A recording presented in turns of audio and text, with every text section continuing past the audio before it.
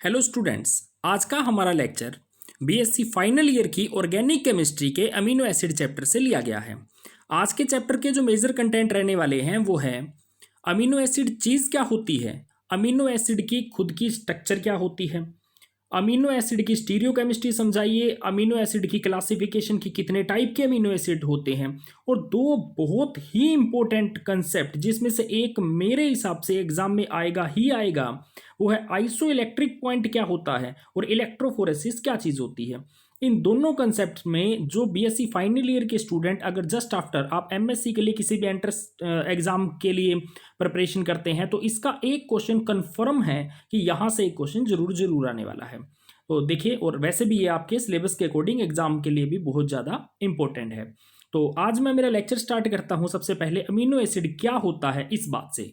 देखिए, नाम से ही बिल्कुल क्लियर है, एक ऐसा मोलिक्यूल जिसके पास कम से कम दो फंक्शनल ग्रुप प्रेजेंट हो एक ही कार्बन के पास, और वो दो फंक्शनल ग्रुप है, एक कार्बोक्सिलिक एसिड ग्रुप, ये आप देख पा रहे हैं, ये रहा, और दूसरा अमीन ग्रुप। देखिए,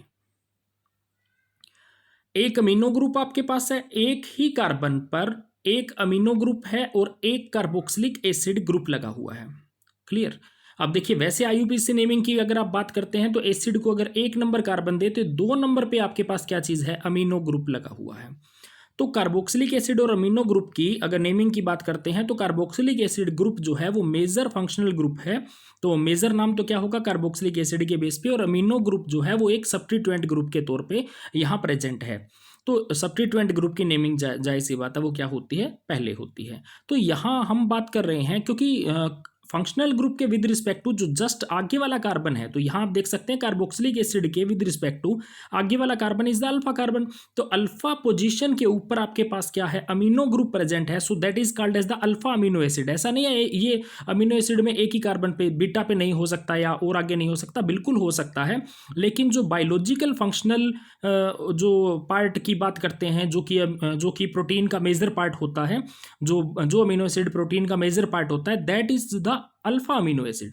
तो अल्फा अमीनो एसिड खुद क्या है, वो प्रोटीन का बिल्डिंग ब्लॉक है। प्रोटीन हमारी आप जानते होंगे कि हमारी बॉडी का जो मोस्टली स्ट्रक्चरल फंक्शनल पार्ट जो है वो प्रोटीन का ही बना हुआ है, और जो प्रोटीन का बिल्डिंग ब्लॉक है जिसे खुद प्रोटीन बनी होती है, तो वो चीज़ क्या है, वो अमीनो एसिड है। अगर बायोलॉजिकल इंपॉर्टेंस की बात करें तो 20 अमीनो एसिड ऐसे हैं जो नोन है, जो जरूरत होती है बॉडी को, चाहे आप उसको डाइट में लीजिए, चाहे बॉडी खुद सिंथेसाइज करे, कैसे ही करे, चाहे टोटल 20 ऐसे अमीनो एसिड हैं जिनकी जिनकी प्रेजेंस से ही हमारी बॉडी खुद प्रोटीन को सिंथेसाइज कर सकती है। तो यूं कहूं कि बायोलॉजिकल इंपॉर्टेंट अमीनो एसिड कितने हैं, तो टोटल 20 अमीनो एसिड ऐसे हैं जो बायोलॉजिकल इंपॉर्टेंट है। लेकिन ऐसा नहीं है सिर्फ इतने ही हैं, और भी अमीनो एसिड होते हैं, लेकिन उनकी मेन बात क्या है कि वो प्रोटीन बनाने के काम नहीं आते। तो इसमें कुछ एग्जाम्पल भी मैंने याद दिए हैं, जैसे सिट्रुलिन है, ऑर्निथिन है, ओक्सोप्रोलिन है, ये अमीनो एसिड के टाइप है। अगर आपसे पूछे क्या होते ही अमीनो एसिड 20 है, तो नहीं, मैं बायोलॉजिकली इंपॉर्टेंट अमीनो एसिड की बात करूं वो 20 है, और इनमें से कुछ ऐसे भी एग्जांपल मैंने दिए हैं जो क्या है, जो नॉन प्रोटीनेसियस अमीनो एसिड है। ओके, तो अब देखिए, तो और इनकी बात करें तो बेसिक स्ट्रक्चर सब में क्या डिफरेंस होता है, सब में डिफरेंस होता है। देखिए, अब 20 अमीनो एसिड है, जब आपने कहा अमीनो एसिड यही है जिसमें एक अमीनो और एक एसिडिक ग्रुप है, देखिए सब में डिफरेंस क्या है, सब में डिफरेंस है इस फंक्शनल ग्रुप, इस साइड चेन का। देखिए, एक तो आपके पास अगर स्ट्रक्चर वाइज बात करूं तो स्ट्रक्चर वाइज आप देख सकते हैं, आपके पास क्या है, एक कार्बन जिसके पास एक अमीनो ग्रुप, एक एसिड ग्रुप, एक हाइड्रोजन और एक कोई ना कोई साइड चेन दी हुई है। अब ये साइड चेन कोई भी हो सकती है, सपोज करिए यहाँ हाइड्रोजन एटम लगा होता, दैट इज द ग्लाइसिन। तो इसी टाइप से आपके पास क्या है, आपके पास यहाँ ये साइड चेन में क्या ग्रुप लगा हुआ है, इसके बेस पे different different type of amino acid जो है हमारे यहाँ प्रेजेंट है। तो इन 20 अमीनो एसिड में अगर ये जो साइड चेन है, तो side chain mostly side chain aliphatic है, लेकिन 4 ऐसे अमीनो एसिड है जिनमें एरोमेटिक रिंग है। इसलिए अगर आपसे पूछे कि टोटल 20 में से ऐसे कितने अमीनो एसिड है जो एरोमेटिक पार्ट रखते हैं, तो 4 ऐसे हैं। तो आप देख सकते हैं इनमें है एक फिनाइल एलेनिन, एक टायरोसिन, एक ट्रिप्टोफैन एंड हिस्टिडीन। तो ये वो हैं जिनके पास साइड चेन के पास एरोमेटिक पार्ट है। तो अगर आप मुझसे पूछे एरोमेटिक अमीनो एसिड कौन से है, तो ये आप बता दीजिएगा। ओके, तो इसके साथ ही हमारे पास जो स्ट्रक्चर की बात करते हैं अमीनो एसिड की स्ट्रक्चर की, तो अमीनो एसिड जैसे मैंने अभी आपको कहा कि अमीनो एसिड के पास एक अमीन और एक कार्बोक्सिलिक एसिड ग्रुप है। देखिए फंक्शनली हम जानते हैं कि जो कार्बोक्सिलिक एसिड ग्रुप होता है, जब एसिड है तो उसकी प्रॉपर्टी होगी H पॉजिटिव डोनेट करने की। तो जैसे आप इसका एक्वस सॉल्यूशन बनाएं तो H पॉजिटिव क्या करेगा, ये डोनेट करेगा। लेकिन base according to Bronsted Lowry, base वो चीज होती है जो प्रोटॉन को एक्सेप्ट कर सके। इसके अकॉर्डिंग बात करूं तो मेरे पास एक ऐसा मॉलिक्यूल है जिस मॉलिक्यूल के पास एक तो एसिडिक ग्रुप है, तो एसिडिक ग्रुप तो क्या करेगा, H पॉजिटिव को रिलीज कर देगा। और एक क्या चीज है, बेसिक ग्रुप है, बेसिक ग्रुप क्या करेगा, बेसिक ग्रुप H पॉजिटिव को क्या करेगा, एक्सेप्ट कर लेगा। तो इसका मतलब क्या हुआ कि ये वाला H अगर इसका H positive that is proton यहां से जाके इसके पास आ जाए तो क्या हुआ, NH जो है वो तो कन्वर्ट हो जाएगा NH3 पॉजिटिव, और जो CO नेगेटिव COH था वो H पॉजिटिव रिलीज करने के बाद वो क्या हुआ, CO नेगेटिव। तो आप देखिए इसको, इसका मतलब क्या हुआ कि ये जो अमीनो एसिड है तो वो अमीनो एसिड मोस्टली क्या होता है, मोस्टली वो आयनिक फॉर्म में प्रेजेंट होता है। आयनिक क्यों, क्योंकि कार्बोक्सिलिक एसिड ग्रुप ने जैसे ही H पॉजिटिव रिलीज कर दिया वो तो हुआ CO नेगेटिव में कन्वर्ट, और जो NH2 ने H पॉजिटिव गेन किया तो वो हुआ NH3 पॉजिटिव में कन्वर्ट। तो ये जो आयनिक फॉर्म होती है अमीनो एसिड की, that ionic form is called as the zwitter. तो एग्जाम में ये क्वेश्चन भी आता है कि ज्विटर क्या चीज होती है, तो अमीनो एसिड की जो आयनिक फॉर्म होती है that is called as the zwitter.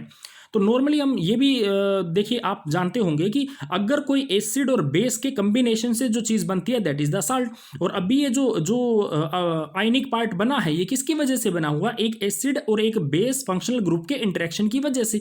तो जो मॉलिक्यूल आपके पास रिजल्टेंट आना चाहिए दैट बिकम साल्ट, लेकिन ये इंटरनली ही एक ही मॉलिक्यूल के पास खुद के पास ही एसिडिक ग्रुप था, खुद के पास ही बेसिक ग्रुप था, और उनकी इंटरेक्शन की वजह से साल्ट बना है। So that salt is also called as the internal salt. तो ज्विटर जो है वो साल्ट की फॉर्म में प्रेजेंट होता है, that is called the internal salt.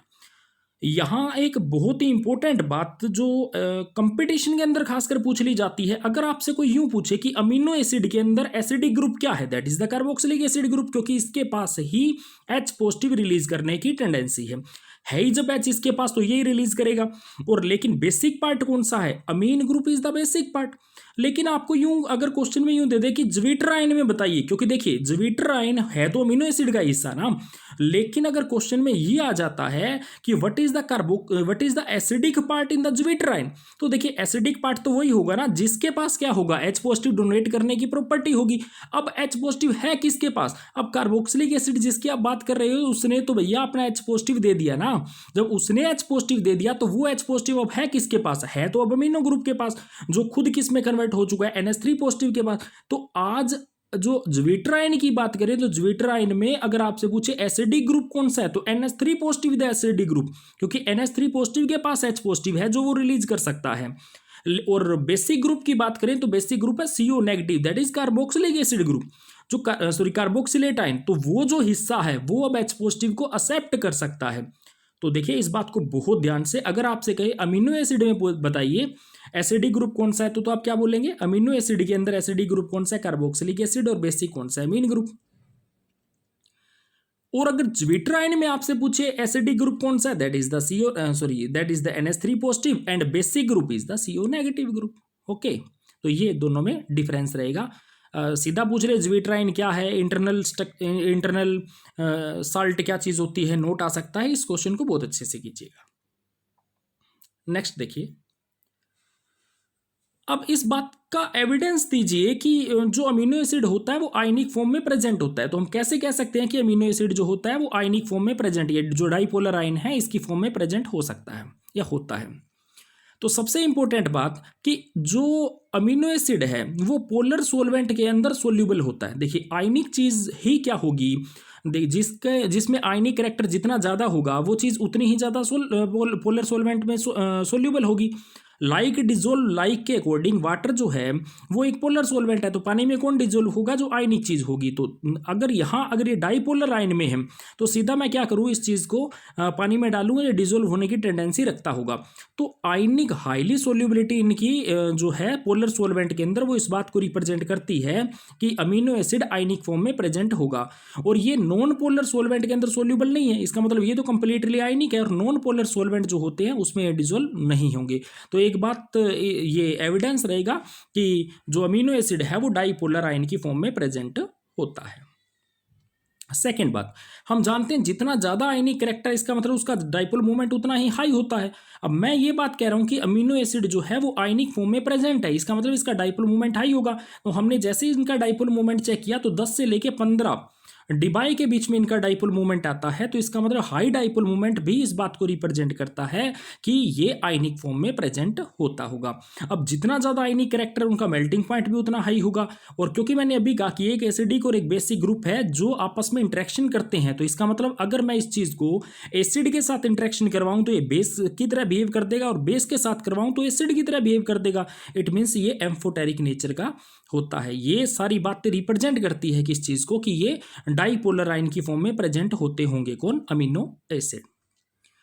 अब इंपॉर्टेंट बात और ध्यान से देखिए, एक बहुत इंपॉर्टेंट, इनका जो एसिडिक कांस्टेंट है, नॉर्मली कार्बोक्सिलिक एसिड का जो एसिडिक कांस्टेंट होता है वो 10⁻⁻5 के इक्वल होता है। नॉर्मल जो कार्बोक्सिलिक एसिड है उसका एसिडिक कांस्टेंट, मतलब इसके H पॉजिटिव की टेंडेंसी की जब मैं बात करता हूं तो वो कितनी है, इसका एसिडिक कांस्टेंट डिसाइड करता है। और एसिडिक कांस्टेंट की वैल्यू कितनी है, 10⁻⁻5। लेकिन अमीनो एसिड के जो COH की मैं अगर टेंडेंसी देखूं, इसका K देखूं, दैट इज द 10⁻⁻10। अब 10⁻⁻10 तो इस बात को रिप्रेजेंट करता है भैया ये एसिडिक फॉर्म में है ही नहीं ना, क्योंकि इसके H पॉजिटिव रिलीज करने की टेंडेंसी कितनी कम होगी। इसका मतलब COH के पास H पॉजिटिव रिलीज करने की टेंडेंसी क्यों नहीं है, क्योंकि उसके पास H पॉजिटिव हो ही ना। अब देखिए COH जो था उसने H पॉजिटिव रिलीज ही कर दिया, जब उसके पास है ही नहीं भैया, तो है ही नहीं, इसका मतलब बहुत कम फॉर्म ऐसी है जिसमें COH के पास क्या है, H पॉजिटिव है। तो COH के पास H पॉजिटिव नहीं है, इट मींस वो है ही CO नेगेटिव की फॉर्म में, तो उसका एसिडिक कांस्टेंट हाई कैसे हो सकता है। और नॉर्मली अगर NH2 की बात करें, उसका बेसिक कांस्टेंट होता है 10⁻⁻4, वो स्ट्रॉन्ग बेस की तरह होता है। नॉर्मली का जो अमीन ग्रुप होता है वो एक स्ट्रॉन्ग बेसिक ग्रुप होता है। लेकिन हमने अमीनो एसिड के अंदर अमीन का बेसिक कांस्टेंट चेक किया और वो कितना है, 10⁻⁻12। ये तो बहुत वीक है भाई। इसका मतलब अमीनो ग्रुप जो है इन कार्बोक्सिलिक एसिड उतना स्ट्रॉन्ग बेस नहीं है जितना कि एक नॉर्मल अमीन ग्रुप होता। इससे ये बात रिप्रेजेंट है साफ साफ कि ये अमीन ग्रुप नॉर्मल अमीन ग्रुप की तरह नहीं है। तो क्यों नहीं है, क्योंकि इसने COH का H पॉजिटिव गेन कर लिया होगा। अब इसके पास बेसिक कैरेक्टर आए कैसे, इसलिए ना क्योंकि NH2 के पास H पॉजिटिव तो भैया पहले से ही है। अब ये तो भाई H पॉजिटिव रिलीज करके एसिडिक कैरेक्टर शो करना चाहता है, और हम बात कर रहे हैं कि बेसिक होने के।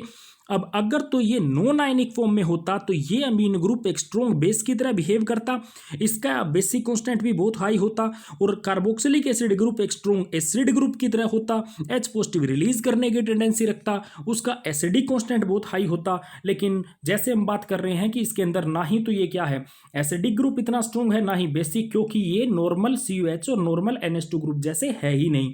तो COH ने तो H पॉजिटिव रिलीज करने के बाद कार्बोक्सिलेट आयन में कन्वर्ट हो लिया, और NH2 जो है अमोनियम आयन में कन्वर्ट हो लिया। इसीलिए ये नॉर्मल NH2 और COH ग्रुप की तरह नहीं है, ये आयनिक फॉर्म में यहां पर प्रेजेंट है। तो ये सारी बातें इस बात को रिप्रेजेंट करती है, ये सारी बातें एविडेंस है इस बात का कि अमीनो एसिड आयनिक फॉर्म में प्रेजेंट होता होगा। ओके, तो इसके साथ ही मैं चलता हूं नेक्स्ट टॉपिक के, और नेक्स्ट टॉपिक है स्टीरियोकेमिस्ट्री अमीनो एसिड की। देखिए, अब नॉर्मल वो मॉलिक्यूल जिन मॉलिक्यूल के पास एक कायरल कार्बन प्रेजेंट हो, ठीक है, और किसी तरह की कोई एलिमेंट ऑफ सिमेट्री ना हो, वो चीज क्या होती है, वो चीज ऑप्टिकल एक्टिव होती है। ओके, अब देखिए, मैं अगर ग्लाइसिन को छोड़ दूं, अब ग्लाइसिन को क्यों छोड़ दूं, क्योंकि ग्लाइसिन अकेला एक ऐसा है जिसके पास 2 हाइड्रोजन है। तो 2 हाइड्रोजन हुए, इसका मतलब 4 ग्रुप में से 2 ग्रुप तो हाइड्रोजन हो गए। अब एक कार्बन के पास चारों के चारों ग्रुप अगर डिफरेंट लगे हों तो अगर आप उसकी मिरर इमेज लेंगे तो मिरर इमेज क्या आएगी, नॉन सुपर इंपोजेबल आएगी, और वो ऑप्टिकल क्या हो जाएगा, एक्टिव। लेकिन 2 हाइड्रोजन एक होने की वजह से अब जरूरी तो नहीं कि वो नॉन सुपर इंपोजेबल आए, तो ऐसी चीज में वो चीज क्या हो जाएगी, ऑप्टिकल इनएक्टिव। तो ग्लाइसिन अकेला ऐसा है जिसके पास जो ऑप्टिकल इनएक्टिव है, क्योंकि उसके पास कोई एक कायरल कार्बन नहीं है, क्योंकि उसके पास R की जगह कौन है, हाइड्रोजन है। तो हाइड्रोजन लगने से 2 हाइड्रोजन एक जैसे हो गए, चारों ग्रुप उसके एक जैसे नहीं हुए, इसलिए उसके पास कोई भी एसिमेट्रिकल कार्बन नहीं है। और ग्लाइसिन ऐसा है जो ऑप्टिकली इनएक्टिव है। अब ग्लाइसिन को अगर छोड़ दूं तो बाकी जितने बच गए भैया वो तो ऑप्टिकल एक्टिव है ना। अगर वो ऑप्टिकल एक्टिव है तो वो किस तरह के हैं, लाइट जब उनमें से पास करवाई जाती होगी तो वो लाइट को राइट हैंड साइड में रोटेट करते हैं या लाइट को लेफ्ट हैंड साइड में रोटेट करते हैं। अगर इसकी बात करूं तो मोस्ट ऑफ जितने भी सारे के सारे हैं वो लाइट को लेफ्ट हैंड साइड में रोटेट करते हैं, दैट इज लीवो रोटेटरी है। इसके अकॉर्डिंग बात करूं तो ये सारे के सारे एल फैमिली से बिलोंग करते होंगे। जब एल फैमिली से बिलोंग कर, इनकी स्टीरियोकेमिस्ट्री के अकॉर्डिंग इनका ये एल फैमिली से बिलोंग करते होंगे। कैसे देखिए, अब मेरे पास एल और डी में से एल फैमिली क्यों बात बोली, अब नॉर्मल हम ग्लिसरैल्डिहाइड की कॉन्फ़िगरेशन की बात करते हैं तो ग्लिसरैल्डिहाइड में जो OH है वो लेफ्ट हैंड साइड में हो तो हम क्या बोलते हैं, हम बोलते हैं उसको एल ग्लिसरैल्डिहाइड। तो अगर मैं इसको रिलेट करूं विद द NH2 ग्रुप तो NH2 इसका क्या है, लेफ्ट हैंड साइड में प्रेजेंट होता है, ये भी क्या चीज़ है, ये एल फैमिली से बिलोंग करता होगा। तो क्वेश्चन उठता है कि क्या एक से ज़्यादा कायरल कार्बन होता, तो जैसे हम नॉर्मल बात करते हैं R कॉन्फ़िगरेशन या S कॉन्फ़िगरेशन, क्या कोई ऐसा भी है क्या जो R या S टाइप की कॉन्फ़िगरेशन शो करता है, तो वो इस बात पे डिपेंड होता कि क्या किसी अमीनो एसिड में एक से ज़्यादा एक से ज़्यादा कायरल कार्बन है या नहीं। अब नॉर्मली हम जानते हैं कि जितने भी ऑप्टिकल एक्टिव आइसोमर होते हैं उनको निकालने का फॉर्मूला क्या होता है, 2s⁴n। देखिए 2 की पावर n, यहाँ पे n is the number of chiral carbon present in that molecule.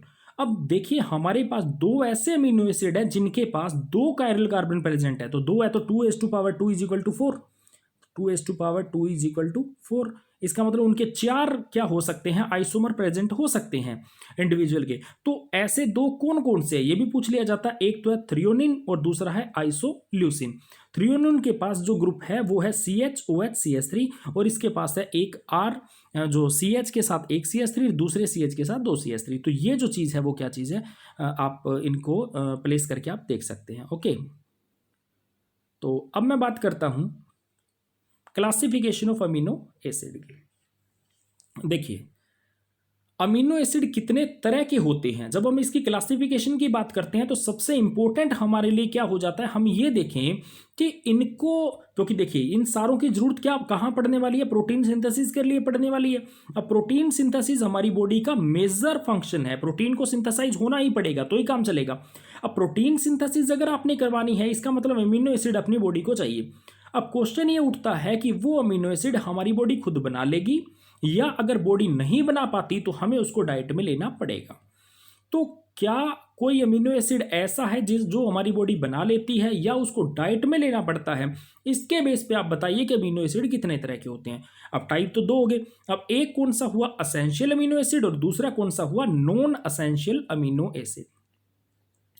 Essential word से यहां कोई कंफ्यूजन मत कीजिएगा कि ये असेंशियल है फॉर द प्रोटीन सिंथेसिस, क्योंकि हम जितने भी 20 अमीनो एसिड की बात कर रहे हैं सारे के सारे वो अमीनो एसिड है जो प्रोटीन सिंथेसिस के लिए तो चाहिए ही चाहिए। लेकिन बात तो ये चल रही है कि क्या डाइट में चाहिए कि नहीं। डाइट में क्यों बात की जा रही है, क्योंकि देखो अगर बॉडी के पास बॉडी सिंथेसाइज ही कर ले तो जाहिर सी बात है कि आपको बाहर से लेने की कोई जरूरत नहीं है, और अगर बॉडी सिंथेसाइज नहीं कर पा रही है तो आपको ऐसा अमीनो एसिड बाहर से लेना ही पड़ेगा, क्योंकि उसके बिना प्रोटीन सिंथेसिस नहीं होगी। ओके, तो अब बात है असेंशियल क्यों, क्योंकि डाइट में जरूरत है, और नॉन असेंशियल क्यों, क्योंकि डाइट में जरूरत नहीं है। ये बात याद रखनी है आपने, ठीक है। तो अभी मैं इनको डिस्कस करता हूं। तो 2 टाइप के अमीनो एसिड मैंने आपको बताया, एक असेंशियल अमीनो एसिड एंड दूसरा is non essential amino acid. नाम से ही क्लियर है, जो असेंशियल ही है इसका मतलब वो चीज हमारी बॉडी में सिंथेसाइज नहीं होती होगी, तभी तो हमें उसको डाइट में लेने की जरूरत पड़ती होगी। तो असेंशियल कौन से होंगे, जो बॉडी में सिंथेसाइज नहीं होते होंगे, जो डाइट से लेने की आपको जरूरत पड़ती होगी।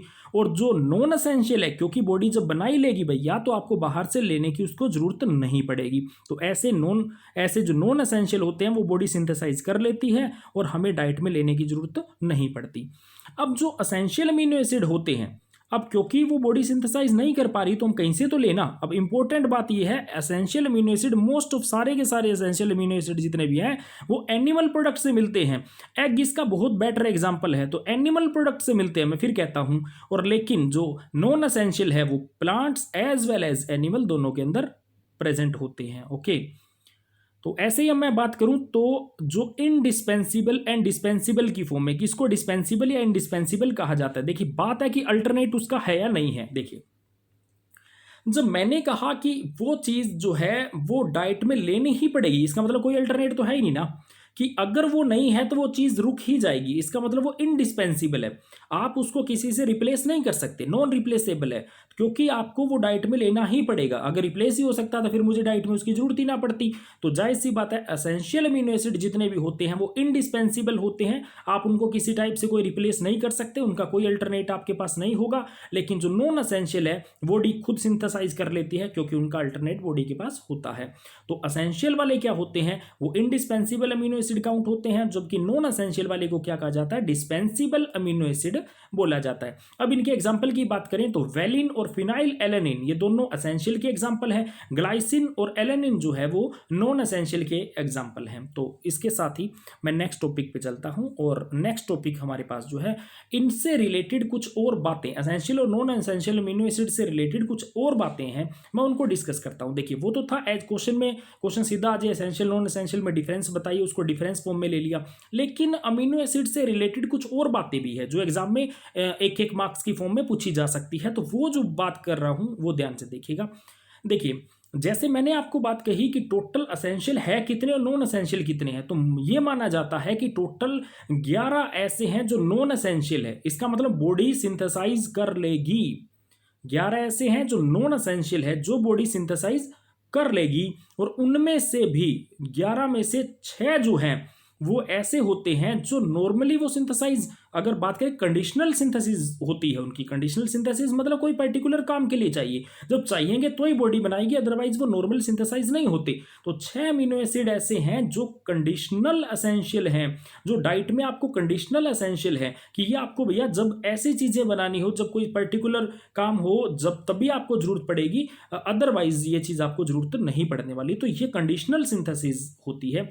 अगर मैं जैसे यूं बात करूं तो कुछ ऐसे भी अमीनो एसिड्स होते हैं, जैसे बात असेंशियल की करते हैं, तो सॉरी अब जो बात चल रही थी वो नॉन एसेंशियल की थी, अब जो बात है असेंशियल की करता हूं, तो असेंशियल अमीनो एसिड कितने हुए, फिर 9 बचे। उनमें से भी अगर यूं कहे अडल्ट्स जो हैं तो उनमें तो सिर्फ 8 की ही जरूरत होती है। एक ऐसा होता है जो इन्फेंट्स के लिए, प्री मेच्योर बेबी जो होते हैं उनके लिए जरूरत होती है, तो उनकी बात करें तो एक ऐसा जो सिर्फ इन्फेंट्स के लिए चाहिए वो है 9वां अमीनो एसिड, वो है हिस्टिडीन। तो आपसे पूछे जो हमारी बॉडी को इतनी ज्यादा रिक्वायरमेंट नहीं होती लेकिन बच्चों को रिक्वायरमेंट होती है, वो कौन सा है, दैट इज द हिस्टिडीन। देखिए तो हिस्टिडीन ऐसा है जो किसके लिए एसेंशियल है, only essential for the infants. लेकिन हमारी बॉडी के लिए कितने एसेंशियल अमीनो एसिड की जरूरत है, वो है टोटल 8।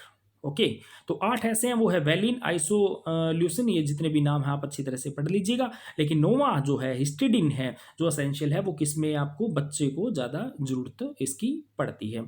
अच्छा इसके अलावा क्या 20 ही नहीं, एक और अमीनो एसिड है जिसकी बॉडी जो होता है वो ह्यूमन बीइंग में तो यूज नहीं होता, बाकी एनिमल्स के अंदर होता है, ह्यूमन बीइंग में नहीं होता। तो इसकी बात करें उसका नाम है सेलिनोसिस्टिन, ये 21वां अमीनो एसिड माना जाता है, और एक पायरोलाइसिन ये 22वां अमीनो एसिड माना जाता है जो ह्यूमन बीइंग में यूज नहीं होता। ठीक है तो ये सारे ये, लेकिन ये दोनों भी क्या है, ये नॉन एसेंशियल है। वैसे हमारी बॉडी को इसकी रिक्वायरमेंट नॉन एसेंशियल है, इसका मतलब बॉडी को रिक्वायरमेंट नहीं होती।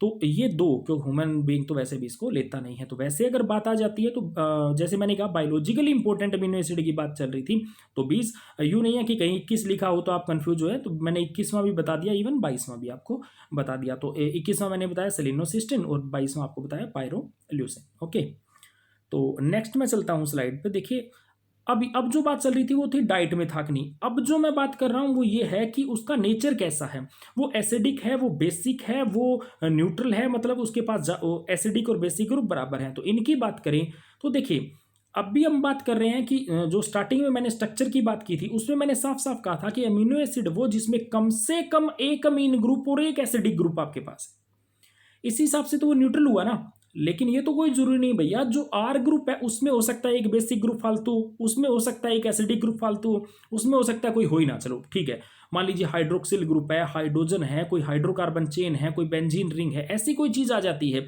इट मीन्स एसिडिक ग्रुप उसके पास नहीं है। लेकिन ऐसा भी तो हो सकता है कि साइड चेन है उसके पास क्या है, एक और कार्बोक्सिलिक एसिड हो। ऐसा भी हो सकता है साइड चेन के पास कोई एक और अमीन ग्रुप हो। तो ऐसे केस में पूरा मोलिक्यूल ओवरऑल एसिडिक है या बेसिक है, ये इंपॉर्टेंट बात हो जाती है। तो ये डिपेंड करता है कि साइड चेन में जो ग्रुप लगा हुआ है वो कैसा है।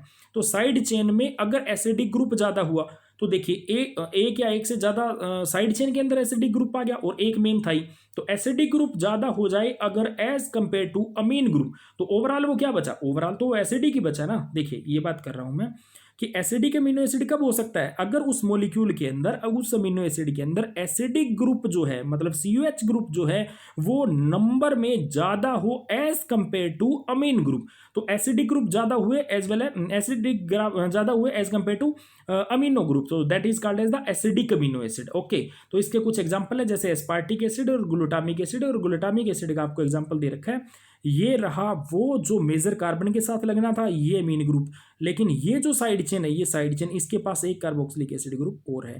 तो ओवरऑल क्या हुआ, दो कार्बोक्सिलिक एसिड ग्रुप हुए, एक अमीन, तो ओवरऑल नेट ये क्या हुआ, एसिडिक अमीनो एसिड। न्यूट्रल की बात करूं तो एक एसिडिक और एक बेसिक, जैसे हम नॉर्मली हम बात करें ग्लाइसिन के अंदर देख लीजिए, तो एक क्या है, एक कार्बोक्सिलिक एसिड ग्रुप है, एक क्या है, अमीन ग्रुप है, that is the neutral amino acid. Okay, लेकिन कल को बेसिक ग्रुप ज्यादा हो जाते और मतलब अमीन ग्रुप ज्यादा हो जाते, देखिए इस बार क्या है, अमीन ग्रुप का जो नंबर है वो क्या है, as compare to acidic group ज्यादा है, तो overall that molecule is the basic. So this type of amino acid called as the basic amino acid. तो यहाँ स्टेडिन का एग्जांपल है जिसमें चेन के अंदर आपको क्या दिखाया गया है, चेन में आपको और अमीन ग्रुप दिखाई दे रहे हैं, तो अमीन क्या हुए ज्यादा as compare to acidic, so that is the basic amino acid. तो ये बात थी इनके टाइप की, मतलब क्लासिफिकेशन की, आप कितने टाइप से इनको क्लासिफाई कर सकते हैं। अब मैं बात कर रहा हूं कि नॉर्मली किस फॉर्म में प्रेजेंट होते हैं और एसिड डालने से और बेस डालने से कैसा बिहेवियर शो करते हैं, इसकी हम बात करते हैं। तो इनका एसिड बेस बिहेवियर क्या है, हालांकि मैं पहले डिस्कस कर चुका हूं कि इसके एसिडिक ग्रुप का एसिडिक कांस्टेंट और बेसिक ग्रुप का बेसिक कांस्टेंट बहुत ही कम है, बहुत ही लो वैल्यू है, और लेकिन नॉर्मली ये एसिड डालने पे बेस की तरह बिहेव करते हैं, बेस डालने पे एसिड की तरह बिहेव करते हैं, और ओवरऑल एम्फोटेरिक नेचर के होते हैं। तो क्या होता होगा इनका एसिड डालने से और बेस डालने से, ये एक आपको रिएक्शन से दिखा रहा हूं। देखिए ये मेरे पास एक ज्विटर आयन है, तो ज्विटर, 1 मिनट, ये देखिए ये मेरे पास एक ज्विटर आयन है, तो ज्विटर आयन में एक कार्बोक्सिलेट ग्रुप और एक अमीन ग्रुप यहां मेरे पास प्रेजेंट है। तो जो अगर मान लीजिए सपोज करिए कि मैंने उसमें एसिड डाल दिया, जब है ही वो एसिड है, तो इसका मतलब क्या होगा, ये कार्बोक्सिलेट आयन क्या करेगा उस एसिड से, जो बाहर से आपने एसिड डाला है, एसिड का काम क्या है, H पॉजिटिव रिलीज करना, तो वो H पॉजिटिव कहां जाके जुड़ जाएगा, जो बेस है इस टाइम, और बेस उसका क्या है, CO नेगेटिव ग्रुप, तो वो H पॉजिटिव कहां चला जाएगा, वो H पॉजिटिव CO नेगेटिव के पास चला जाएगा। तो CO नेगेटिव जैसे ही H पॉजिटिव के साथ बाइंड होगा, दैट बिकम न्यूट्रल, तो COH group completely non ionic हो गया। देखिए तो इसके ये तो दोबारा से COH में कन्वर्ट हो गया। ओवरऑल ये पूरा मॉलिक्यूल आप ध्यान से देखिए, जो बेस वाला पार्ट था, मतलब जो ज्विटर आयन में एसिडिक था, वो कौन था, NH3 पॉजिटिव। अब NH3 पॉजिटिव के पास तो पहले ही H पॉजिटिव था, और बाहर से जो आपने एसिड डाला उसका H पॉजिटिव CO नेगेटिव के साथ जाके जुड़ गया, तो ओवरऑल ये पूरा मॉलिक्यूल देखिए कैटायन बन गया कि नहीं बन गया। तो overall that molecule is the cationic molecule. तो अगर आप एसिड में डाल देते हैं तो ये कैटायनिक हो जाता है। अगर मान लीजिए आपने बेस डाल दिया, तो बेस डाल दिया तो क्या होगा, अब बेस डालते ही देखिए क्या होगा, जो इसके पास एसिड था, एसिड कौन था, NH3 पॉजिटिव, तो NH3 अपना H पॉजिटिव क्या करेगा, उस बेस को रिलीज कर देगा। तो बेस के पास OH नेगेटिव था और NH3 पॉजिटिव का H पॉजिटिव आ गया, तो दैट बिकम वाटर, तो वो चीज वहां से बाहर निकल जाएगी। तो NH3 पॉजिटिव जो था वो H पॉजिटिव रिलीज करने के बाद वो क्या हुआ, H पॉजिटिव रिलीज करने के बाद NH2 में कन्वर्ट हुआ। तो देखिए जो NH3 पॉजिटिव था वो तो किस में कन्वर्ट हो गया, देखिए NH2 में, लेकिन CO negative as it is पड़ा है, तो अब ये मॉलिक्यूल बिकम एनाइनिक। तो इसका मतलब अगर आप अमीनो एसिड के अंदर अगर आप एसिड डालते हैं तो वो कैटायन में कन्वर्ट हो जाता है, अगर आप बेस डालते हैं तो वो एनाइन में कन्वर्ट हो जाता है। लेकिन ये तो कंफर्म हुआ ना कि एसिड डाल दे तो भी वो रिएक्ट कर रहा है, बेस डाल दे तो भी वो रिएक्ट कर रहा है, तो ओवरऑल दैट मॉलिक्यूल जो है वो behave like an amino like amphoteric nature. तो वो क्या शो करता है, एम्फोटेरिक नेचर शो करता है। ओके, तो इसी देखिए यही बात कि वो कैटायन बनेगा या एनाइन बनेगा। देखिए अगर आपने एसिड डाल दिया तो वो कैटायन की फॉर्म में बिहेव करेगा, अगर बेस डाल दिया तो एनाइन। तो एक अमीनो एसिड एक पीएच पर, या तो वो क्या है पीएच, देखिए एसिड डाल रहे हो तो पीएच कम हो रही है, बेस डाल रहे हो तो पीएच बढ़ रही है।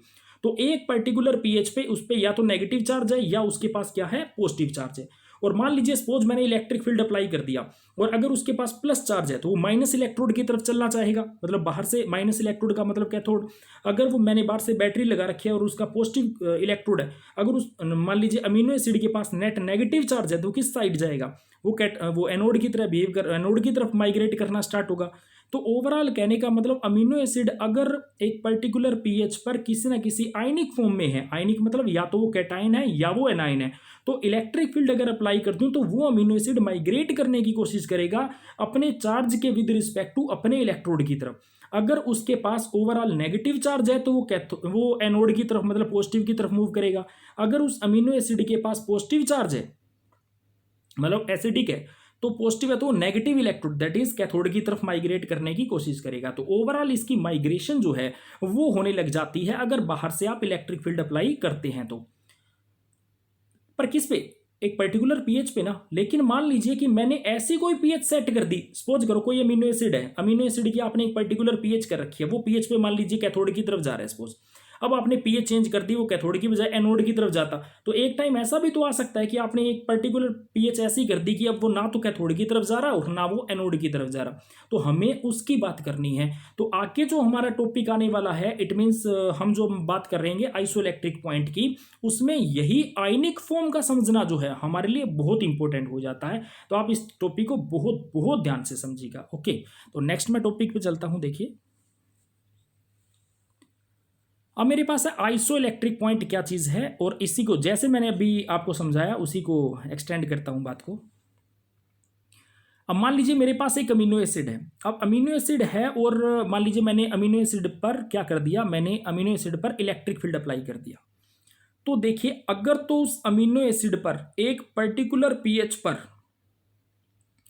प्लस चार्ज है तो बाहर से वो माइनस इलेक्ट्रोड की तरफ मूव करेगा, और अगर माइनस चार्ज है तो प्लस की तरफ मूव करेगा। ओवरऑल ये तो कंफर्म हुआ ना कि वो इलेक्ट्रिक फील्ड लगाने पर अपने एक इलेक्ट्रोड की तरफ माइग्रेट जरूर करेगा। कहने का मतलब मान लीजिए मैंने यहाँ कोई अमीनो एसिड रख दिया और यहाँ एक कैथोड और एक एनोड, मतलब एक पॉजिटिव टर्मिनल और एक नेगेटिव टर्मिनल से इसको कनेक्ट कर दिया, जैसे आप इसमें देख सकते हैं दैट इज द बैटरी का पॉजिटिव दैट इज नेगेटिव।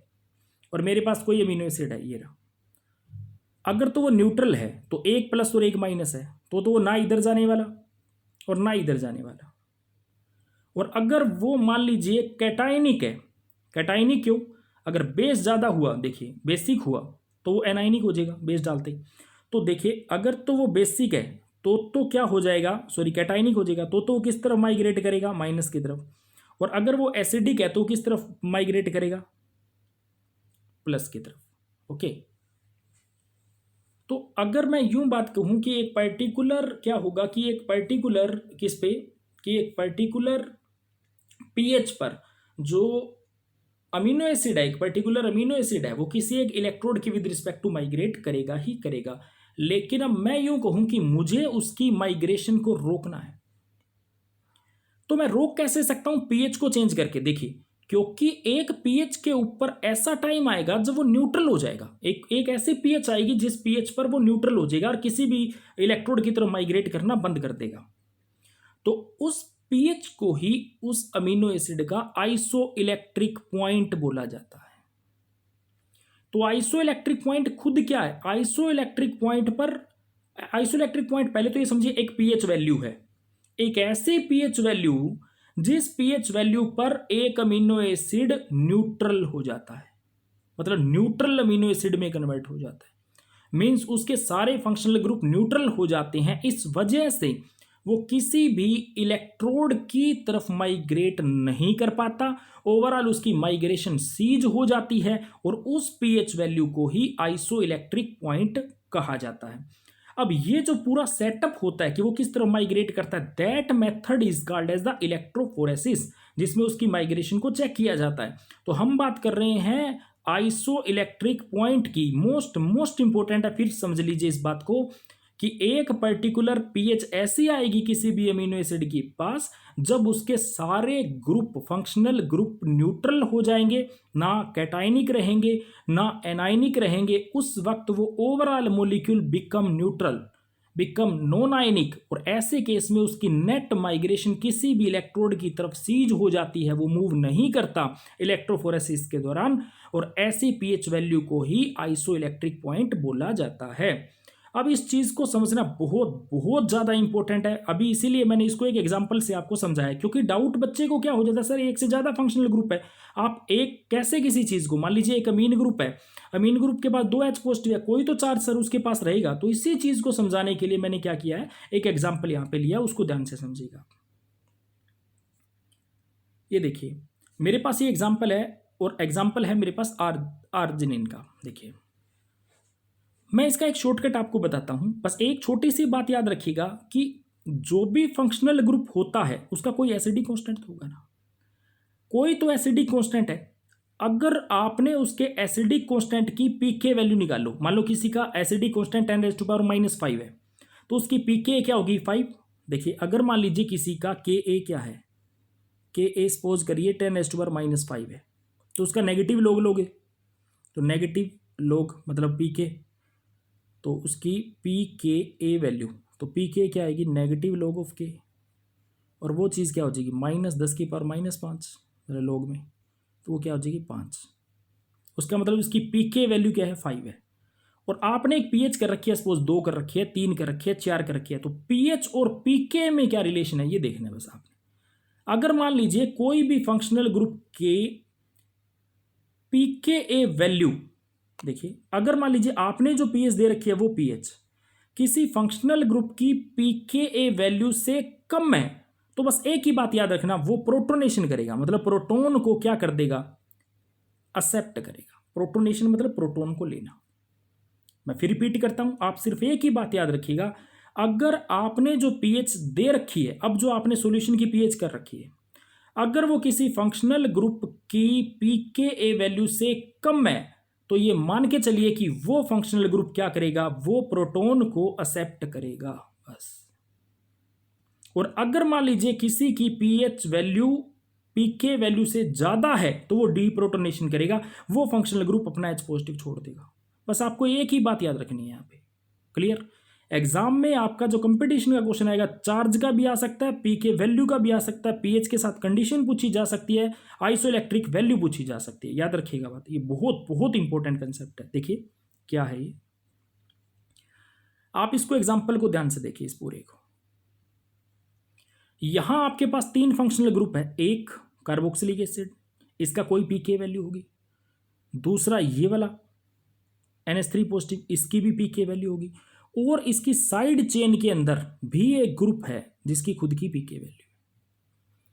इसका मतलब क्या हुआ, 3 फंक्शनल ग्रुप अगर आपके पास है और उनकी पीके वैल्यू अलग अलग है। अब पहले वाले की पीके वैल्यू है 1.823, मतलब 1.823 पीके वैल्यू पहले फंक्शनल ग्रुप की है, और सपोज कर दीजिए कि मैंने इसमें डाल दिया एसिड। फिर कहता हूं सपोज कर दीजिए मैंने इसमें डाल दिया एसिड, और अभी मैंने इस एसिड डालते ही क्या कर दिया, एसिड डालने के बाद अब सपोज करो दैट पीएच इज 1। बस एक एग्जांपल आप देख लीजिए, बस इस एक एग्जांपल से आप समझ जाएंगे। सपोज करिए मैंने पीएच कर रखी है 1, इसका इस फंक्शनल ग्रुप का, देखिए आप इस फंक्शनल ग्रुप की बात कर रहा हूं, इस फंक्शनल ग्रुप का पीके वैल्यू कितना है 1.823, तो इसकी पीएच जो है इस पीके से क्या है कम है, तो ये ग्रुप क्या करेगा, प्रोटोनेशन करेगा ना। तो इसने क्या कर लिया, बाहर से H पॉजिटिव गेन कर लिया। क्या कर लिया, H पॉजिटिव गेन कर लिया। ठीक है, अगर इसने H पॉजिटिव गेन कर लिया और इसकी भी वैल्यू क्या है, ये भी H पॉजिटिव गेन करेगा, ये भी H पॉजिटिव, क्योंकि इनके पास H पॉजिटिव पहले ही है, तो ये क्या गेन करेंगे, पॉजिटिव फॉर्म में ही रहेंगे ना। तो ओवरऑल इसका मतलब पूरे मॉलिक्यूल के पास क्या है, 2 पॉजिटिव चार्ज है, ये तो न्यूट्रल ही हो गया, 2 पॉजिटिव चार्ज है। तो इसका मतलब क्या हुआ कि अगर ऐसा केस है तो ये अमीनो एसिड नेट इसके पास क्या आएगा, 2 पॉजिटिव चार्ज है। ये चार्ज एग्जाम में पूछ लेते हैं, मैंने आपको इसको यूं भी समझा सकता था। देखिए मैं इसका दूसरा फॉर्मेट जो बड़ा डिटेल से आता है उसको लेके चलता हूं। देखिए होता क्या है, एक बेसिक ग्रुप क्या करता है, H पॉजिटिव एसिडिक पीएच के अंदर क्या करेगा, H पॉजिटिव को रिसीव करेगा, और बेसिक ग्रुप तो H पॉजिटिव लेगा ना, और एसिडिक ग्रुप H पॉजिटिव छोड़ेगा। अब बाहर आपने जो एनवायरमेंट है वो एसिडिक कर रखा है, तो एसिडिक ने तो एसिडिक छोड़ना था। देखिए कोई भी एसिडिक ग्रुप, आज मान लीजिए कोई मेरे पास एसिड है, सपोज कर लीजिए HCl है, HCl एक स्ट्रॉन्ग एसिड है, लेकिन हम जानते हैं कि HClO4 डाल दिया मैंने, तो HCl4 उससे भी स्ट्रॉन्ग एसिड है। तो अगर वो उससे स्ट्रॉन्ग एसिड है तो उस टाइम एसिड की तरह बिहेव कौन करेगा? HClO4 करेगा। इसका मतलब एक पर्टिकुलर ग्रुप आपके पास है, चाहे वो एसिडिक ग्रुप भी क्यों ना है, अगर आपने बाहर कोई स्ट्रॉन्ग एसिड डाल दिया तो वो बेस की तरह बिहेव करना स्टार्ट कर देगा, और बाहर आपने बेस डाल दिया तो वो एसिड की तरह बिहेव करना स्टार्ट कर देगा। इस पॉइंट ऑफ व्यू से अगर डिटेल से समझने की कोशिश करूं तो वो क्या कहता है कि वो फंक्शनल ग्रुप जरूरी तो नहीं ना कि अगर वो फंक्शनल ग्रुप एसिडिक है तो बिहेव भी एसिडिक के तरीके से करे। वो डिपेंड तो इस बात पे करेगा ना कि बाहर की पीएच क्या है। अगर बाहर स्ट्रॉन्ग एसिड पीएच दे रखी है तो जाहिर सी बात है वो चाहे आपके पास एसिडिक ग्रुप भी है, अगर वो उससे स्ट्रॉन्ग है तो उसको बेस की तरह बिहेव करना पड़ेगा, H पॉजिटिव उसको लेना पड़ेगा। तो ये ना सोच लिए कि कार्बोक्सिलिक एसिड ग्रुप था सर वो तो ऑलवेज H पॉजिटिव देता, उसने क्यों H पॉजिटिव ले लिया, ये कोई मैटर नहीं है। तो इतना समझिएगा, बेसिक ग्रुप अगर होता, कोई बेसिक ग्रुप है, वो क्या करेगा, वो उस टाइम H पॉजिटिव को लेगा, और एसिडिक ग्रुप है तो H पॉजिटिव देगा। वो डिपेंड करेगा बाहर की पीएच क्या है। तो इसलिए ये सारा कौन किसकी ज़्यादा है किसकी कम है, मैं कन्फ्यूज़न नहीं क्रिएट करना चाहता, इसलिए मैंने बड़ी एक सिंपल सी फॉर्मेट में समझाने की कोशिश की है कि भैया बस एक बात याद कर लो, वो क्या है, अगर बाहर की पीएच किसी फंक्शनल ग्रुप के pKa से कम है तो वो प्रोटॉन लेगा, अगर वो बाहर की पीएच ज़्यादा है तो वो देगा। बस कहने का मतलब अगर पीएच कम है मतलब वो एसिडिक है तो भैया सारे ग्रुप बेसिक हो गए तो ले लेगा। और अगर वो क्या है, अगर बाहर की क्या है पीएच, जो पीएच वैल्यू है बहुत ज़्यादा है मतलब वो बेसिक है, अगर बेसिक है तो सारे के सारे क्या करेंगे, एसिड की तरह बिहेव करेंगे और अपना प्रोटॉन छोड़ देंगे। बस एक कंसेप्ट आप समझ लीजिए, तो कोई ज़रूरत नहीं आप NH2 है क्या है उस पर कोई चक्कर नहीं है। देखिए ध्यान से सुनिए, अब मैं यहाँ समझाता हूँ। सपोज मेरे पास ये वाली कंडीशन है, ये वाली कंडीशन स्टार्टिंग में मेरे पास क्या है, मैंने पीएच को बहुत ही कम कर रखी है। सपोज करिए जैसे मैंने भी एग्जांपल लिया, मेरे पास पीएच क्या है, पीएच इज 1, मतलब अभी तक मेरे पास 1.823 से नीचे नीचे पीएच है, इसकी वैल्यू 1.823 है, इसका पीके वैल्यू 1.823 है, इस वाले की पीके की वैल्यू 8.9 है, तीसरा जो ये ग्रुप है इसकी पीके वैल्यू की बात करूं वो 12.1 है। इसका मतलब सभी की पीके वैल्यू तो ज्यादा है ना एक से, तो यहां से एक बात तो क्लियर हुई, पीएच ओवरऑल कम है तो सारे ग्रुप क्या करेंगे, प्रोटोनेशन करेंगे, मतलब प्रोटॉन को एक्सेप्ट करेंगे। अब इसके पास तो पहले ही प्रोटॉन था, इसने क्या एक्सेप्ट करना है, एक्सेप्ट फॉर्म में रह लेगा। इसके पास पहले एच था, ये भी एक्सेप्टेड फॉर्म में रह लेगा। लेकिन इसके पास क्या था, इसके पास CO नेगेटिव था, और ये अगर प्रोटॉन एक्सेप्ट कर ले, ये न्यूट्रल हो गया ना, और ये न्यूट्रल हो गया तो अब आपके पास स्टेज क्या आएगी, 2 प्लस ये न्यूट्रल, जैसे ये वाला पड़ा, देखिए ये देखिए आपने पीएच बहुत कम मतलब 1 कर रखी है, इस सबसे कम है, तो ये दोनों तो पहले ही H पॉजिटिव लेके थे, इनके पास तो पहले ही, ये तो मतलब एसिडिक मीडियम में पहले ही ऐसे हैं, इसने और गेन कर लिया, तो ओवरऑल 2 ही प्लस बचे ना। ओवर आपके पास मॉलिक्यूल जो होगा वो क्या है, 2 पॉजिटिव चार्ज का होगा। क्या होगा, 2 पॉजिटिव चार्ज का होगा। अब मान लीजिए आपने पीएच बढ़ा दी, और पीएच बढ़ा के आपने कितनी कर दी, सपोज करो आपने पीएच बढ़ाते बढ़ाते बढ़ाते बढ़ाते कितनी कर दी, सपोज करो मैंने पीएच कर दी 2। अब पीएच अगर 2 होगी तो इसकी इसकी पीके वैल्यू तो 1.8 थी, इसकी 1.8 है, तो ये तो क्या करेगा, ये तो डीप्रोटोनेशन करेगा ना, तो इसने तो छोड़ दिया, लेकिन उनकी तो एक की 12 थी, एक की 8 थी, वो तो अभी भी प्रोटॉन एक्सेप्ट करेंगे, लेकिन ये वाला क्या करेगा, प्रोटॉन छोड़ देगा, छोड़ते ये क्या होगा, नेगेटिव, और वो दोनों क्या हो गए, पॉजिटिव। अब नेट क्या आ गया, 2 पॉजिटिव चार्ज और 1 नेगेटिव चार्ज, आपके पास क्या 1 पॉजिटिव बचा ना। अब आपके पास अमीनो एसिड क्या है, 1 पॉजिटिव। अब आपने पीएच बढ़ाते बढ़ाते बढ़ाते बढ़ाते क्या कर दिया, सपोज करिए कि आपने पीएच कर दी 9। अब तीसरा केस क्या है, आपने पीएच क्या कर दी, 9 कर दी। अब देखिए 9 पीएच इससे भी ज्यादा है, इसकी 1.8 थी, तो ये क्या करेगा, डीप्रोटोनेशन, इसने H पॉजिटिव छोड़ दिया, इसकी 8.9 थी, इसने भी H पॉजिटिव छोड़ दिया, ये भी न्यूट्रल हो गया, लेकिन इसकी 12 थी, इसने नहीं छोड़ा, अभी भी इसके पास H पॉजिटिव है। तो अब आपके पास देखिए ये नेगेटिव, ये पॉजिटिव, ओवरऑल क्या हुआ, कोई चार्ज नहीं, तो ये बिकम न्यूट्रल। इसकी बात करते हैं, इस वाले की कंडीशन देखिए इसकी। अब मैंने पीएच क्या कर दी, मैंने पीएच को कर दिया 12 से ज्यादा, मतलब अब 13 कर दिया। सपोज करो इस बार मैंने पीएच क्या ले ली, 13। अब 13 पीएच तो इससे भी वैल्यू बड़ी है, इससे भी बड़ी है, इससे भी बड़ी है, तो सारों ने डीप्रोटोनेशन कर दिया, सब ने एच पॉजिटिव छोड़ दिया। अब सब ने एच पॉजिटिव छोड़ दिया तो ये भी न्यूट्रल, ये भी न्यूट्रल, और इसने एच पॉजिटिव छोड़ते ही क्या हुआ, सीओ नेगेटिव। तो सारे में नेट क्या आ गया, एक नेगेटिव चार्ज आ गया ना। तो अब क्या हुआ, अमीनो एसिड के पास क्या चार्ज है, क्या चार्ज है, चार्ज है -1। तो आपसे कंपटीशन में चार्ज का क्वेश्चन आ जाता है, आपको एक पर्टिकुलर पीएच दे देंगे, सभी की पीके वैल्यू दे देंगे। अब आपसे पूछेगा इस पीएच पर बताइए कि इस पे चार्ज कितना है, तो बस आपको एक ही बात याद रखनी है, अगर पीएच पीके से कम है तो प्रोटोनेशन करवा दीजिए उस ग्रुप की, अगर अगर पीके से ज्यादा है तो डी प्रोटोनेशन, प्रोटोन हटा दीजिए, नेट चार्ज काउंट कर लीजिए, बस कुछ भी नहीं चार्ज आपके पास प्रेजेंट है।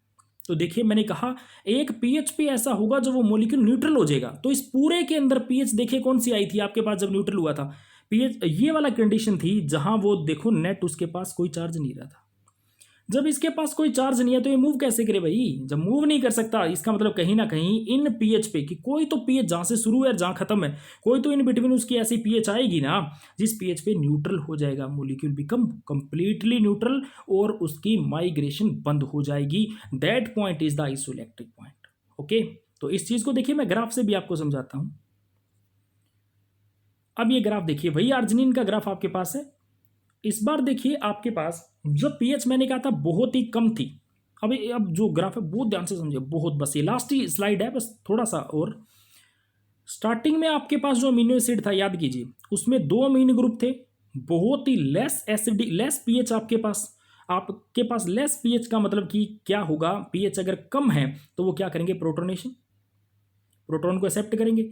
लेकिन सपोज करिए कम है तो प्रोटॉन को एक्सेप्ट किया तो NH2 के पास पॉजिटिव है, दूसरे NH2 के पास पॉजिटिव है, और कार्बोक्सिलिक एसिड जो है उसने H पॉजिटिव गेन करने के बाद वो हो गया न्यूट्रल, तो 2 पॉजिटिव चार्ज था। तो ऐसे केस में आप ध्यान से देखिए पीएच की वैल्यू, मतलब मैं क्या कर रहा हूं, पीएच को धीरे धीरे बढ़ा रहा हूं, बेसिक कर रहा हूं।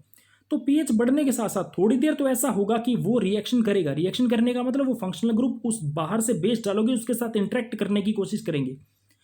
अगर आपने थोड़ा सा एसिड डाला, ठीक है, सॉरी थोड़ा सा आपने बेस डाला, तो उसमें जो एसिडिक ग्रुप है वो इंटरेक्शन करेंगे ना, और इंटरेक्शन करके क्या होगा, उस बेस को न्यूट्रलाइज कर देंगे जो आपने बाहर से डाला है। जब बेस न्यूट्रलाइज हो रहा है इसका मतलब क्या, पीएच चेंज होगी नेट सॉल्यूशन की, इजीली तो नहीं होगी ना। तो इसका मतलब कब तक वो फंक्शनल ग्रुप उस बेस के साथ इंटरेक्ट करके उसकी पीएच को चेंज होने से रोकेगा, मतलब बहुत कम चेंज होने देगा। तो अगर वो फंक्शनल ग्रुप उसके साथ इंटरेक्टिव है तो उसका मतलब वो उसको रोकने की कोशिश करेगा। तो पहले क्या होगा, यहां से उसने रोकने की कोशिश की और इतने बेस डालने तक उसने उसको खूब देर तक रोक लिया। तो इसका मतलब क्या हुआ होगा, एक टाइम ऐसा आया होगा जब इसकी जो वैल्यू है वो क्या होगी, इसकी वैल्यू कोई तो ऐसी पीएच आई होगी जिस पर इसकी वैल्यू क्या होगी, जैसे मैंने इसका कहा था इसकी तो 1.8 है, और मैंने ये वैल्यू जो ली है वो क्या है, ये जो 1.8 है, तो ये जो 2 रेंज है इसकी और इसके पीएच की जो वैल्यू है दोनों देखो, जहां से ये स्टार्ट हुआ ये और जहां ये खत्म हुआ, जहां तक इसने मतलब क्या करते हैं इसका, आपको कोई एक अमीनो एसिड दे दिया, आपको किसी एक फंक्शनल ग्रुप का क्या करना है, आइसोइलेक्ट्रिक पॉइंट निकालना है उसी का बस सिर्फ, ठीक है, कहाँ वो एग्जैक्ट न्यूट्रल हो रहा है। तो आपने क्या किया, बेस डालना शुरू किया और आपने उसकी पीएच में चेंज जो है वो चेक करना स्टार्ट कर दिया। मतलब मान लो सपोज करो मैंने बाहर से 0.5 ml बेस डाल दिया, तो पीएच में कोई तो चेंज आएगा ना, मैंने पीएच का चेंज नोट कर लिया, फिर 0.5 फिर 0.5 फिर 0.5, तो पीएच मीट्रिक टाइट्रेशन से मैं पीएच नोट कर रहा हूँ और बेस डाल रहा हूँ। ओके, तो पहला फंक्शनल ग्रुप इंटरेक्ट करके क्या करेगा, एक टाइम आएगा जब वो इंटरेक्ट करता रहेगा, तो कब तक उसने पीएच को स्लोली चेंज होने दिया, वो ग्राफ आपके पास रेंज आ जाएगी। तो उसका जो इंटरमीडिएट पॉइंट है तो वो पीएच उस ग्रुप का क्या है, इंटरेक्शन पॉइंट है। ऐसे ही क्या होगा, जब वो कंप्लीटली न्यूट्रलाइज हो गया तो दूसरा क्या करेगा, उसके साथ इंटरेक्शन शुरू कर देगा। तो दूसरा कब से इंटरेक्शन स्टार्ट कर रहा है, कब तक खत्म हुआ, तो वो क्या चीज थी, उसका वहां से ग्राफ आ जाएगा, तीसरे का आ जाएगा। देखिए तो ऐसे करके हम क्या कर देते हैं, सभी के लिए क्या निकाल लेते हैं, वो पॉइंट्स ऐसे कैलकुलेट हम कर सकते हैं। तो लेकिन जो मैं बात कर रहा था देखिए अब कि आइसोइलेक्ट्रिक पॉइंट अगर मुझे निकालना हो ओवरऑल तो वो मैं कैसे निकालूं, तो वो देखिए 1 मिनट, ये न्यूट्रल देखिए यहाँ हुआ था ना, ये देखिए यहाँ, ये न्यूट्रल स्टेट में हुआ था। तो ये स्टेट इसके पास कहाँ से आई, ये स्टेट इसके पास इन दो स्टेट से आई। कौन सी, एक तो वन पॉजिटिव वाले से, एक वन नेगेटिव वाले से। तो वन पॉजिटिव वाले का जो एसिडिक कांस्टेंट था, जब वो वन पॉजिटिव वाले आया तो वन पॉजिटिव में कौन सा इंटरेक्ट कर रहा था, ये वाला, और वन नेगेटिव में कौन सा इंटरेक्ट कर रहा था, ये वाला। तो इसका कोई तो पीके है, इसका भी कोई पीके है, इसका भी कोई पीके है। तो उनके पीके का दोनों का सम करके ना एवरेज निकाल दीजिए। जैसे इसका पीके 8 पॉइंट समथिंग है, उसका पीके 12 पॉइंट है, मतलब 20 और 21 के करीब हो गया। देखो 8.9 और 12.1 लगभग लगभग देखो ये मेरे पास है 12.1 और 8.9, मतलब करीबन 10 के करीब हो गया, 9 ही हो गया ये देखो, एंड 9 के करीब हो गया। तो ये आ गया 1, ये आ गया 21, 21 हो गया ना। तो 21 का एवरेज लूँ तो लगभग 10.5 10.6 के करीब करीब इसका क्या आएगा, आइसोइलेक्ट्रिक पॉइंट आएगा। तो आइसोइलेक्ट्रिक पॉइंट निकालने के लिए मैंने जो आपको बात बोली थी वो ये थी कि आप वो पीएच देख लीजिए जब ओवरऑल उसका चार्ज न्यूट्रल हो जाए। तो पहले आप ये वाले जो फॉर्मेट है, मतलब चार्ज वाला फॉर्मेट है, वो निकाल लियो। उस चार्ज वाले फॉर्मेट में देखो, इन दोनों की बात करूं तो ये क्या फॉर्म हुई, ये 2 पॉजिटिव चार्ज, ये 1 पॉजिटिव चार्ज। ये तो नहीं लेना मैंने। ये वाली स्टेज कब आएगी, देखो ये वाली स्टेज, ये कब आएगी, ये वाली स्टेज आएगी जब 1 पॉजिटिव और 1 नेगेटिव के बीच में, ये न्यूट्रल तो तब आएगी ना। तो न्यूट्रल वाली स्टेज से एक पीछे वाली स्टेज और एक आगे वाली स्टेज, मतलब दो ग्रुप थे, उन वाली स्टेज जो दो ग्रुप उनको न्यूट्रल करेंगे। तो वो दो ग्रुप कौन से हुए, एक ये वाला और एक ये वाला हुआ ना। तो इसका पीके निकाल लीजिए, इसका पीके निकाल लीजिए, दोनों पीके का ऐड करके हाफ कर दीजिए, आइसोइलेक्ट्रिक पॉइंट आ जाएगा, नियर अबाउट बिल्कुल एग्जैक्ट आएगा आपके पास। तो यही क्या चीज़ है आपके पास, आइसोइलेक्ट्रिक पॉइंट निकालने का तरीका है। ओके, तो इसके साथ ही ये जो चैप्टर है वो कंप्लीट होता है। सॉरी चैप्टर नहीं, ये लेक्चर मेरा कंप्लीट होता है। आज मैंने इस पूरे लेक्चर के अंदर जो अमीनो एसिड है उसका सारा का सारा बेसिक आपको क्या किया, डिटेल से एक्सप्लेन किया। इसमें सबसे इंपॉर्टेंट, जैसे मैंने पहले भी कहा और अभी भी कह रहा हूँ, आइसोइलेक्ट्रिक पॉइंट का जो क्वेश्चन है मेरे अकॉर्डिंग एग्जाम में जरूर पूछा जाएगा। आइसोइलेक्ट्रिक पॉइंट एंड जो नेचर वाइज है, चाहे एसेंशियल अमीनो एसिड का डिफरेंस पूछे वो अलग बात है, चाहे छोटे क्वेश्चन बने, लेकिन मोस्ट इंपॉर्टेंट जो क्वेश्चन है वो आइसोइलेक्ट्रिक पॉइंट रहने वाला है। कंपटीशन में इसका क्वेश्चन आपको जरूर मिलेगा। तो इसके साथ ही मैं जो ये लेक्चर देख रहे हैं उनका थैंक यू बोलूँगा, और मैं फिर रिक्वेस्ट करूँगा सभी से कि वो अपने घरों में रहिए, सेफ रहिए, और जितना हो सके इस वीडियो को शेयर कीजिए उन बच्चों तक जिनको इसकी ज़रूरत है, वो ताकि वो घर बैठ के अपनी स्टडी को कंटिन्यू